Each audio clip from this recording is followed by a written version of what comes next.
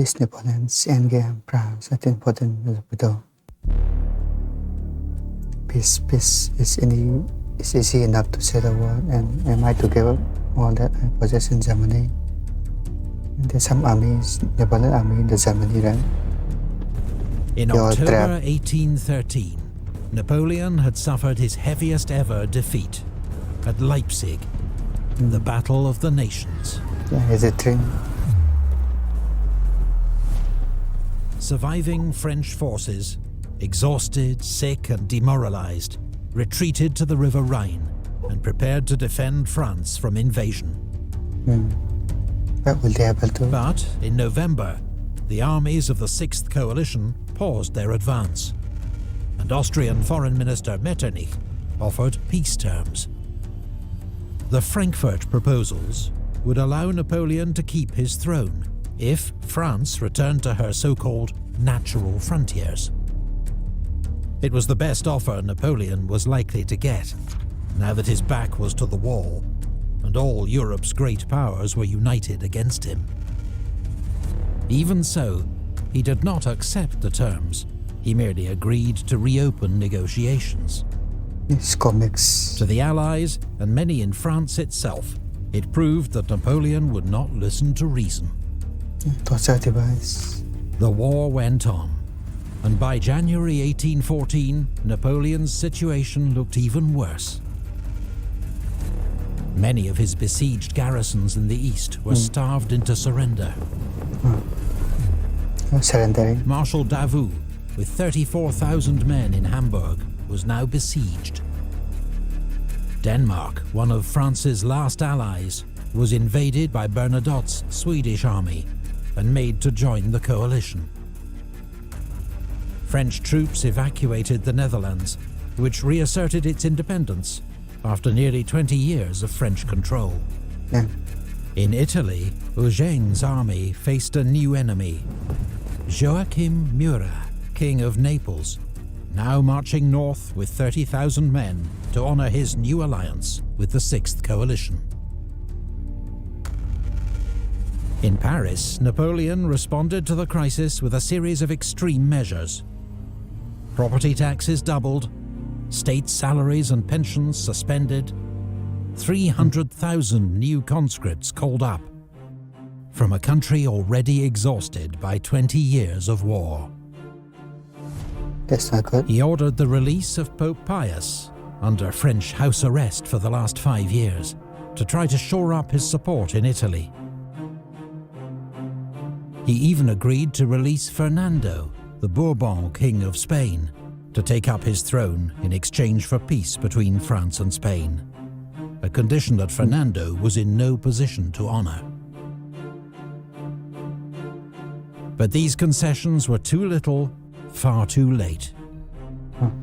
In January, 2 coalition armies crossed the Rhine into France. Blucher's army of Silesia and Schwarzenberg's army of Bohemia. 220,000. Outnumbered French forces in their path could only fall back. On the 25th of January, Napoleon said farewell to his wife and son at the Tuileries Palace before leaving for the front. He would never see either of them again. Yeah. With just 70,000 men, he faced odds of 4-1. Most of his troops were raw conscripts, some without uniforms, many just learning how to hold a musket. Yeah.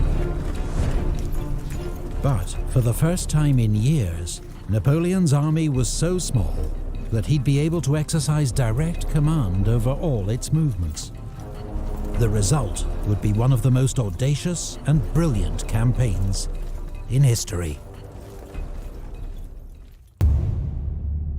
The enemy are police enough to cross the line, always march to meet them, then you will see the meaning of the war and debacle.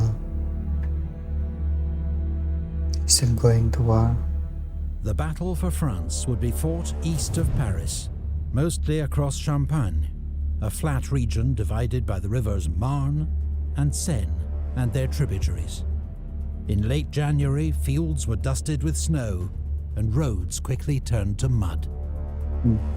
Napoleon learned that the coalition armies were widely scattered, with part of Blucher's army near Napoleon's old college at Brienne. The emperor advanced rapidly, hoping to trap and destroy part of Blucher's army. But after a hard day's fighting that cost both sides 3,000 casualties, Blucher was able to retreat towards Schwarzenberg's army.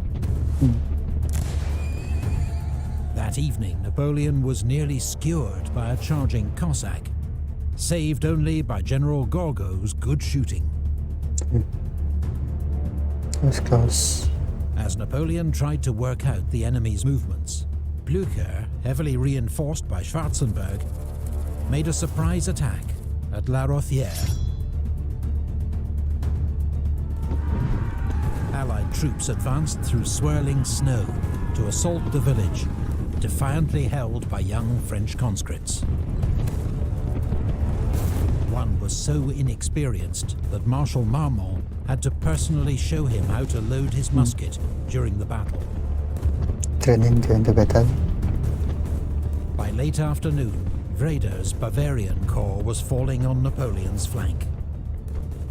Heavily outnumbered, Napoleon had no option but to retreat, having lost 5,000 casualties and 73 guns abandoned in the thick mud.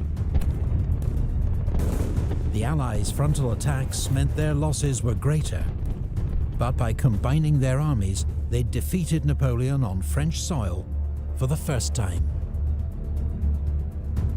Believing Napoleon would now retreat towards Paris, the Allies decided to advance along two routes to ease pressure on the roads. Blucher would take a northern route along the Marne. Schwarzenberg would follow the Seine.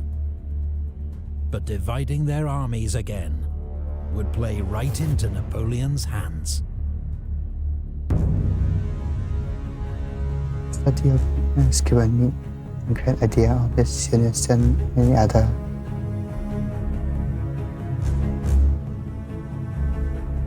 After 2 days to reorganize, Napoleon continued his retreat to Nogent, where he learned that the Allies had split their armies.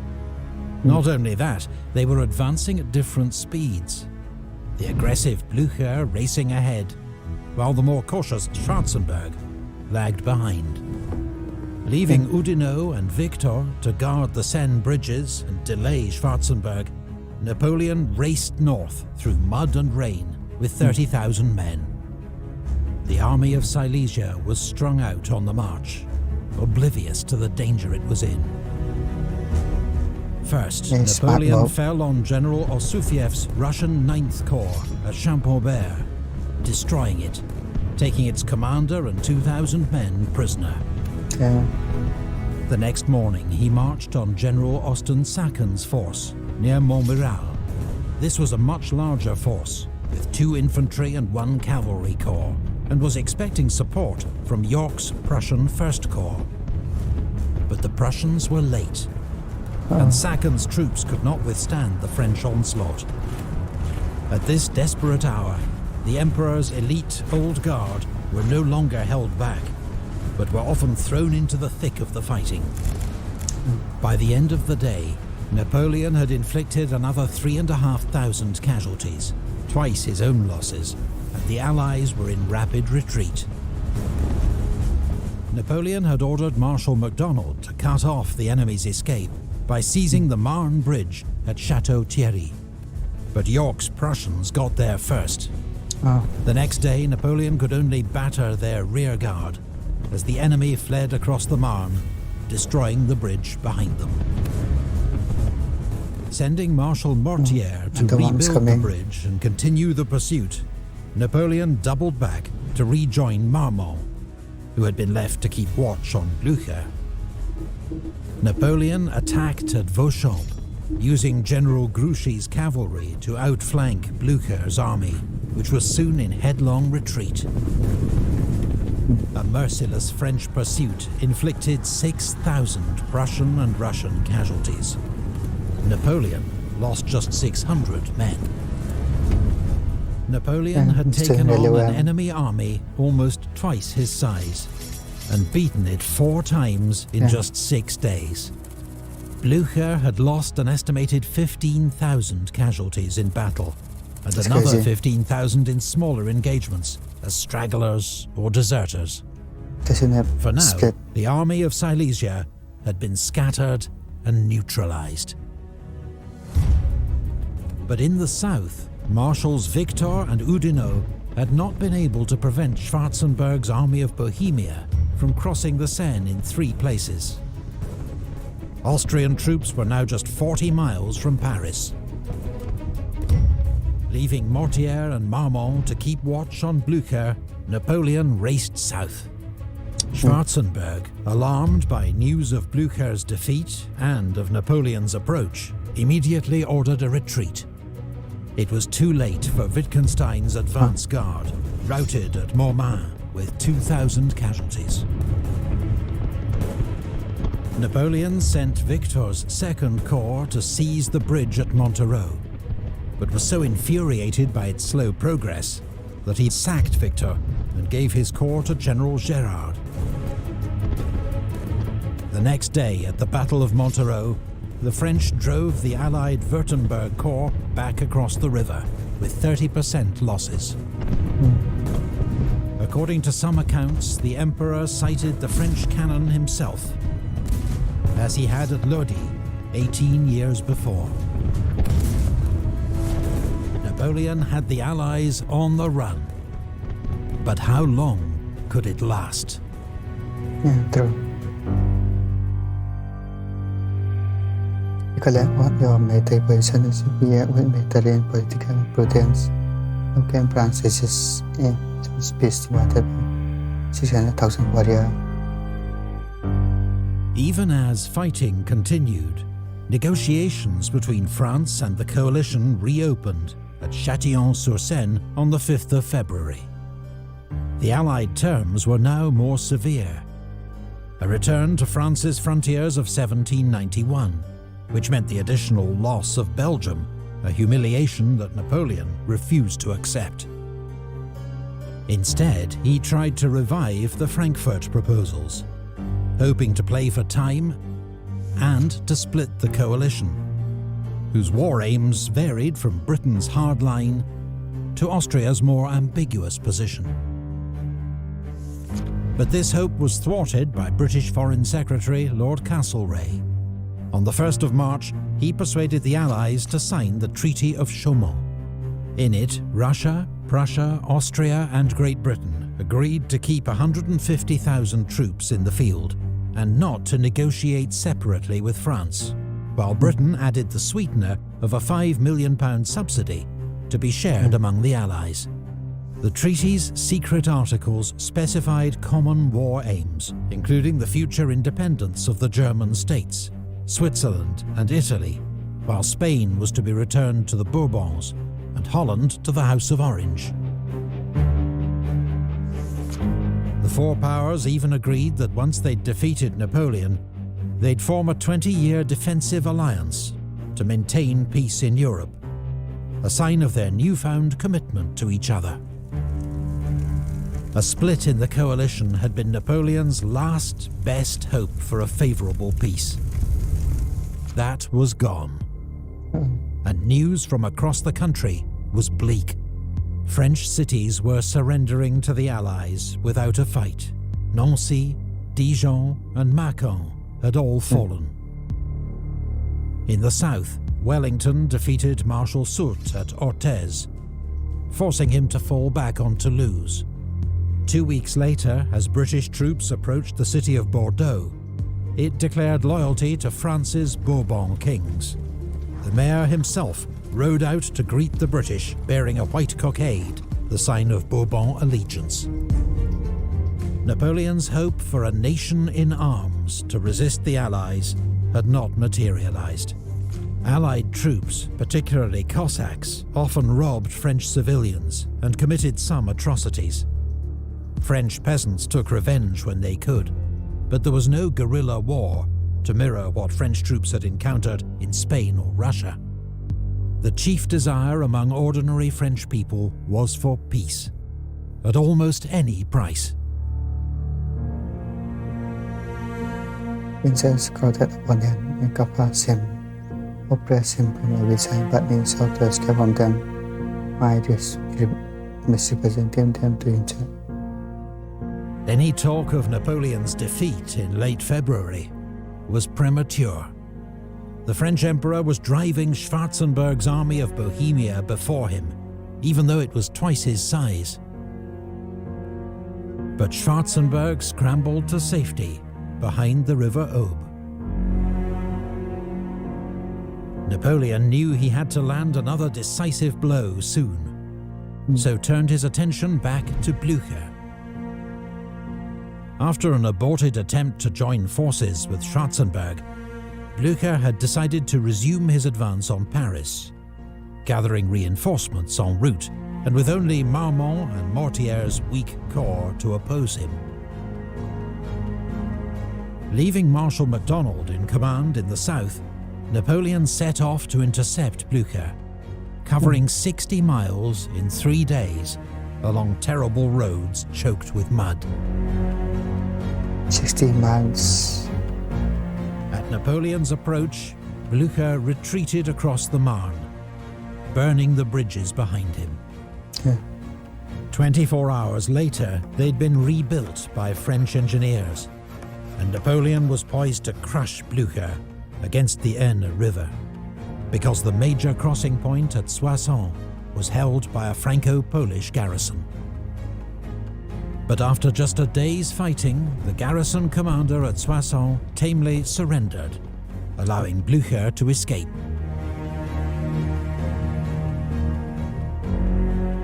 Napoleon continued his pursuit across the Aisne, still hoping to cut off the army of Silesia. But at Craon, he encountered Russian troops in a strong defensive position. The Russians fought stubbornly. The French finally forced the enemy to withdraw, but only at the cost of 6,000 casualties, including many irreplaceable veterans from Napoleon's guard. Napoleon pushed on to Laon. But by now, Blucher had concentrated his forces, 98,000 troops in all, and outnumbered Napoleon 2-1. French attacks were repulsed, while Marmont's corps was caught off guard by a late Allied counterattack and routed. Napoleon was lucky to avoid a much heavier defeat. Blucher, usually aggressive to the point of recklessness, was unwell and had been told Napoleon's army was twice as big as it was, leading him to act with unusual caution. Laon was a heavy blow to Napoleon. 6,500 casualties he could not afford. Undaunted, he fell back to Soissons, and after a brief moment to reorganize, he marched on the city of Reims, which had just fallen to Saint-Priest's Russian corps. Reims. In a whirlwind assault, Napoleon retook the city. Saint-Priest himself was mortally wounded, his corps routed. Meanwhile, in the south, Schwarzenberg had resumed his offensive as soon as he found out Napoleon had gone north. In heavy fighting, he'd driven Oudinot and MacDonald back from the River Aube. 5 days later, the Allies had recaptured Troyes, as MacDonald retreated behind the River Seine. Now, after 4 days to rest and reorganize his battered army, Napoleon was coming south once more. Again. Schwarzenberg, emboldened by news of Napoleon's defeat at Laon, decided that this time he would stand and fight. Napoleon advanced on Arcis-sur-Aube, ignoring reports that the enemy was not retreating as he believed, but gathering for battle. As heavy fighting broke out, Napoleon still believed he faced only the enemy rearguard. It was a nasty surprise to discover that he faced the entire might of the army of Bohemia. 28,000 men against 80,000. In desperate fighting, Napoleon personally rallied fleeing troops and exposed himself to enemy fire, having his horse killed under him by an exploding shell. But the odds were too great. At the end of the second day, Napoleon was forced to order the retreat. I saw glorious death, disputing goodbye for soul of the country. The bombs flew around me, my close face, but more than just me. Napoleon believed his army was now too weak to take on the Allies directly, so he decided to change strategy. He would march into the rear of the Allied armies, join up with some of his isolated garrisons, and cut the enemy's lines of communication, forcing them to abandon their advance on Paris.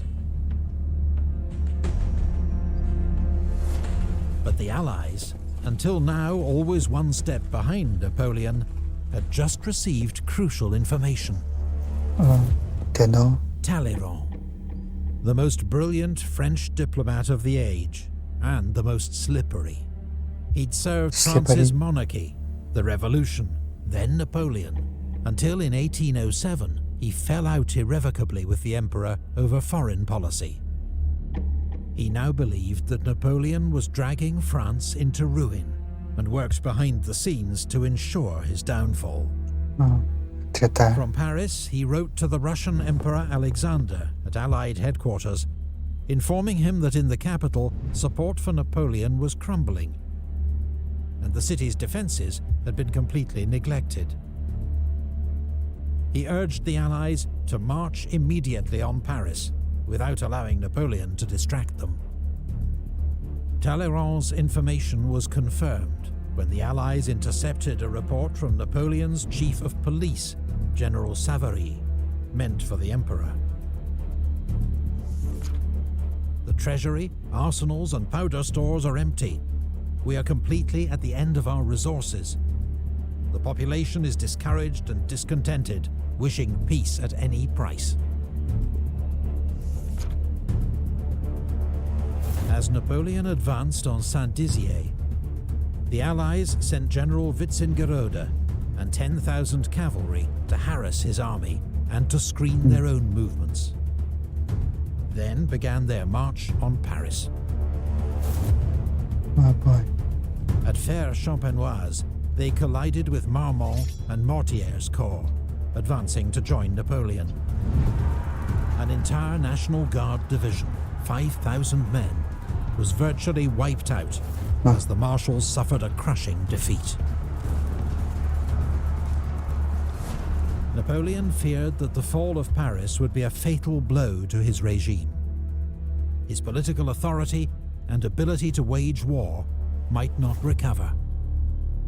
So when he received news of the Allies' movements, he tore up his plans and ordered a forced march back to Paris, intending to lead its defense in person. Going back to Paris again. Napoleon's wife and son were evacuated from the capital, along with most of his ministers. His brother, Joseph, the ex-king of Spain, was in charge of the city's defenses, but had done little. Paris was awash with rumors of treachery and defeat. Marmont and Mortier were able to reach Paris before the Allies, adding their troops to the garrison. It now totaled 37,000 men, including some hardened veterans of the Guard, but many more young conscripts, while a third were part-time soldiers of the National Guard.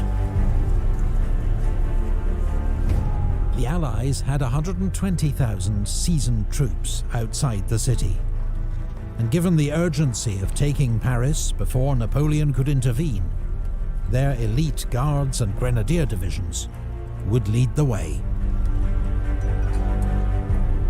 On the 30th of March, they began their assault from the north. Battle of Paris. Heavy fighting raged throughout the day. The city's defenders fought bravely, inflicting several thousand casualties on the advancing enemy. But defeat was inevitable. That night, to save Paris from destruction, Marshal Marmont agreed to surrender the city, on condition the garrison was permitted to leave with its weapons. At the Hôtel des Invalides, the 71-year-old Marshal Serrurier oversaw the burning of 1,400 flags and standards captured from France's enemies, as well as Frederick the Great's sword and sash, so they would not fall into Allied hands. Napoleon was just 15 miles from Paris when he was informed of the city's surrender. He sat with his head in his hands for 15 minutes. They surrender. They do not intend to expose Paris to Imperial Moscow.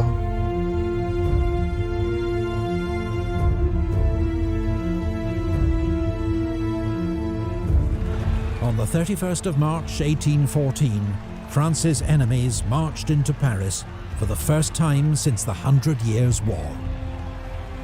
Parisian crowds cheered the three Allied monarchs, bringers of peace. Everyone in Paris was suddenly a royalist once more. Above all, they cheered for Emperor Alexander of Russia, now hailed as Europe's savior. Don Cossacks bivouacked on the Champs-Élysées. Allied troops generally behaved well.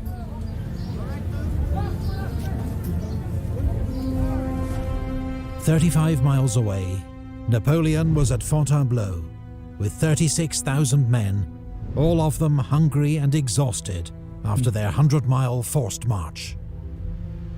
Nevertheless, Napoleon began planning an immediate advance on Paris.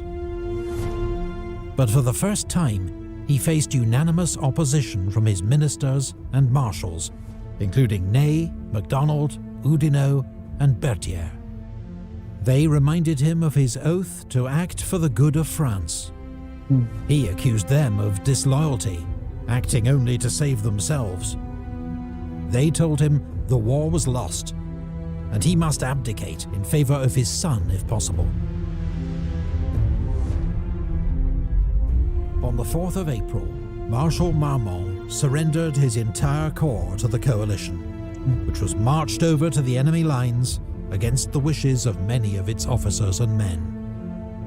This was a devastating blow to Napoleon, and encouraged the Allies to reject his offer of a conditional abdication in favor of his son. 2 days later, he abdicated without conditions.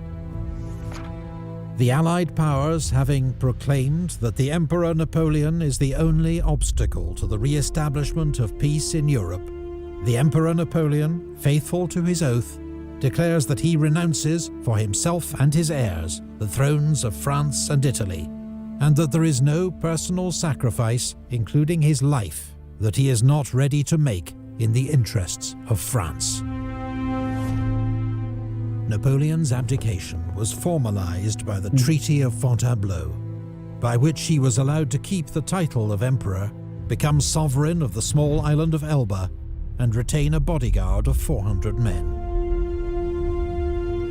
News came too late to prevent Wellington's attack on Toulouse, leading to a costly and pointless battle, with more than 7,000 casualties.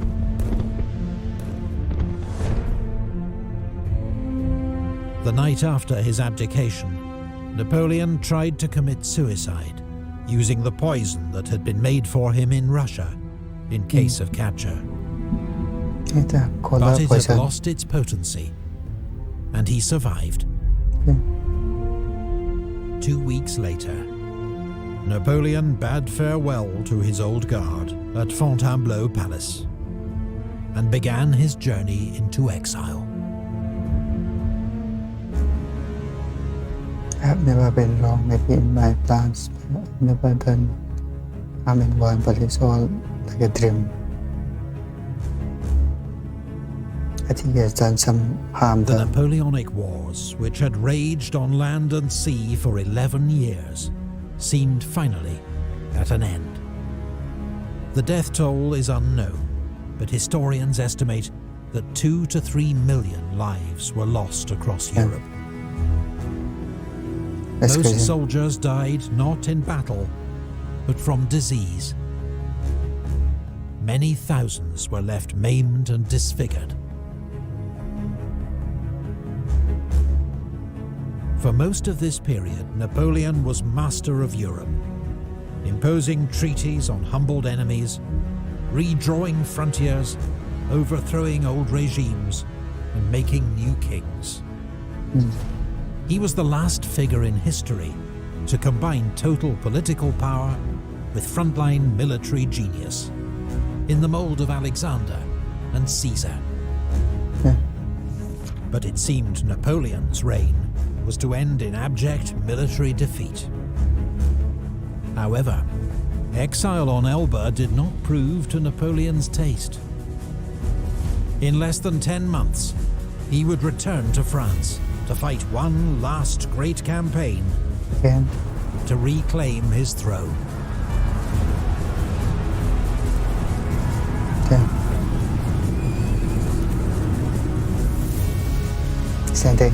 It seems like there's only one war left. He's going to fight for Paris again. He still hasn't given up the war. Because there were like 2-3 million deaths because of him. I would have never imagined that. It's actually a really good ending there. Still enjoy watching the video of this one. When the video time, I'll see this video. Bye.